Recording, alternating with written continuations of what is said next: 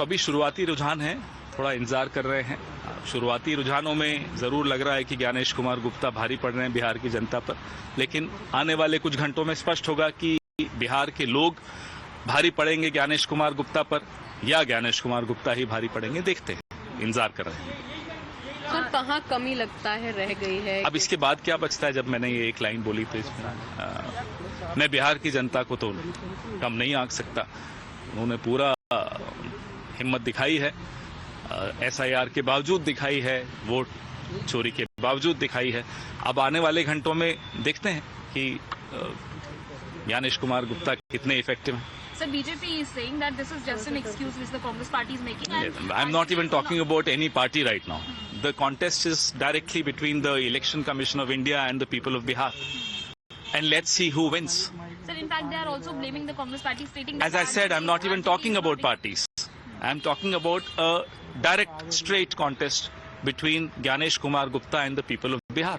अच्छा सर, अब तक के जो परिणाम है, खेड़ा जी आप कैसे देखते हैं इन रुझानों को? क्या आप मानते हैं कि Well, I'm saying it directly. Indirectly you're saying. Well, I'm saying it directly. Okay. There was a book we all read as children, To Serve with Love.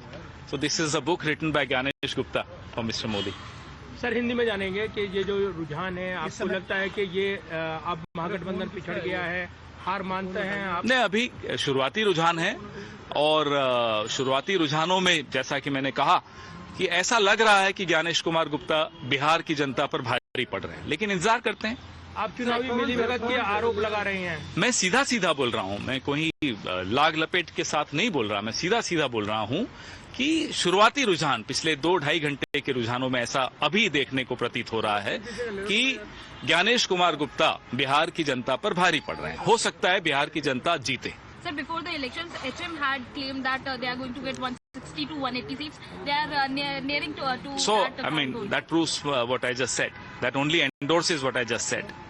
Sir, अब आगे क्या करेंगे? आगे की रणनीति क्या होगी? क्योंकि ज्ञानेश कुमार पे डायरेक्ट जो है वो आपने आरोप लगाया है। मैं आरोप नहीं लगा रहा, मैं तो ये देख रहा हूँ कि वो कितने इफेक्टिव हैं जो वो कर रहे हैं। Well, this is a binary that Pawan Khera has drawn, Gaurav Bhatia.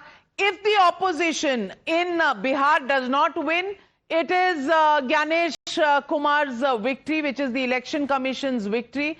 NDA is not even in the picture. The contest is not between the Mahagathbandhan and the NDA. It is actually between either victory for Mahagathbandhan or Election Commission is biased. How do you see this binary?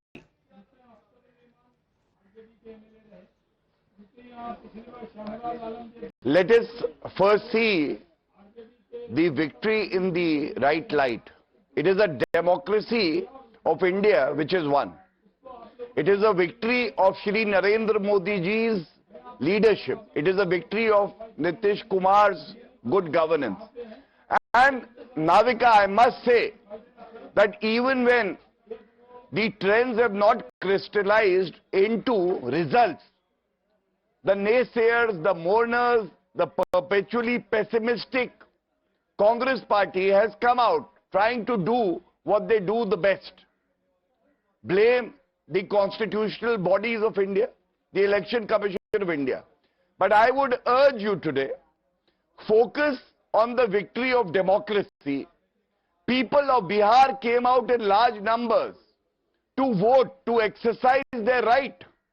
And just because the Congress party wants to spoil the party, we should not even give them any airtime to do so. I would like to make a few points, if you permit. First, this is a victory of good governance over Jungle Raj. This is a victory of women empowerment, where women of the weakest section are empowered by Shri Narendra Modi ji, over just empowering women of your own house, like Rabdi Devi, Misa Bharti, Priyanka Gandhi Vadra and Sonia Gandhi. This is a victory of people of Bihar who have sent out a loud and clear message that we idolize Karpuri Thakur ji and Shahabuddin can never be our idol. This is a victory of all these schemes that have been working on the ground in Bihar. And I want to ask today, if the Congress party felt that this is not a level playing field. Why in the morning, even on your channel, the Congress spokespersons were sounding very optimistic that they are going to sweep the elections. Just 1.5, 2 hours into the counting, and now they come out blaming the Election Commission of India. This is unacceptable.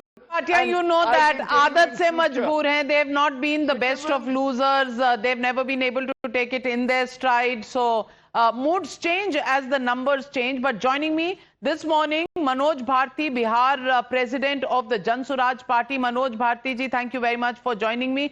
लेकिन इस वक्त थोड़ा सा सन्नाटा है Jan Suraaj party के दफ्तरों में, प्रशांत किशोर जी के आंगन में. मैं पूछना चाहती हूं, क्या इस तरह का नतीजा आपने एक्सपेक्ट किया था, या फिर जिस दिन प्रशांत किशोर जी ने तय किया कि वो चुनाव नहीं कंटेस्ट करेंगे, उस दिन से ये सवाल पूछा जा रहा था और शायद वही सच हुआ?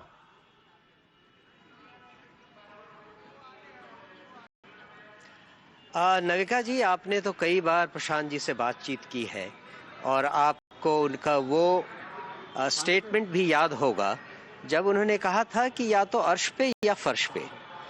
एंड आपको ये भी याद होगा कि जब जनसुराज का ये अभियान शुरू हुआ तो हमारा प्लान यही था कि हम लोगों को बताएं कि बिहार में कंटिन्यूअस 35 सालों की बदहाली का क्या कारण है.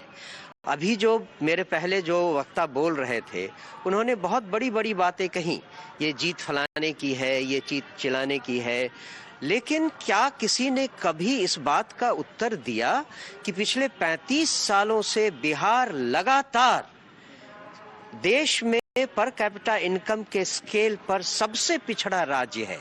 जिन लोगों ने इतने जोर जोर से सीने ठोक कर कहा कि हमने फलाना किया, हमने ये विकास किया, हमने वो विकास किया, उन्होंने ऐसा क्या किया कि बिहार सबसे पिछड़े दर्जे पर 35 साल पहले भी था, 20 साल पहले भी था जब से नीतीश जी ने शुरू किया अपना राज, और आज भी है. तो बिहार की जनता को और बिहार के प्रबुद्ध लोगों को ये समझने की जरूरत थी, जिसे हमने समझाने की कोशिश की. पर आप समझा नहीं पाए. समझे पर जो रुझान आ रहे हैं ये बता रहा है कि आप समझा नहीं पाए, और इसीलिए मैं समझ पा रही हूं. अर्श पे या फर्श पे जरूर कहा था प्रशांत किशोर जी ने, लेकिन अर्श और फर्श का जो ये अब खेल नजर आ रहा है, क्या ये फर्श पर आप इसीलिए हैं क्योंकि प्रशांत किशोर चुनाव नहीं लड़े? बात मैंने उनकी सुनी, पर मैं उस बात से अलग विचार रखती हूं. अगर वो लड़ते तो शायद ये रिजल्ट बेटर होता. मैं ऐसा मानती हूं, तमाम एनालिस्ट ऐसा मानते हैं. आप क्या मानते हैं? नहीं, जो आप मानते हैं, आप सारे एनालिस्ट जो मानते हैं, मैं आपके भावनाओं की कदर करता हूं, लेकिन जन स्वराज की अपनी भी एक चाहत है, अपना भी एक रास्ता है, और उसके अनुसार अगर प्रशांत जी लड़ते और हम कुछ सीट जीत भी जाते तो भी हमारी लड़ाई तो यही रहती जो अभी चल रही है. लड़ाई हमारी ये नहीं थी कि हमें 2 सीट आएगी या 5 सीट आएंगे या 10 सीट आएंगे. लड़ाई हमारी ये थी कि क्या लोग हमें समझ पाएंगे, और उस लड़ाई में सर्टेनली हम सक्सेसफुल नहीं हुए. हम फिर से इस बात का विचार करेंगे और फिर से इस बात की शुरुआत करेंगे कि लोगों को समझाने का कोई बेहतर जरिया, कोई बेहतर तरीका निकालें.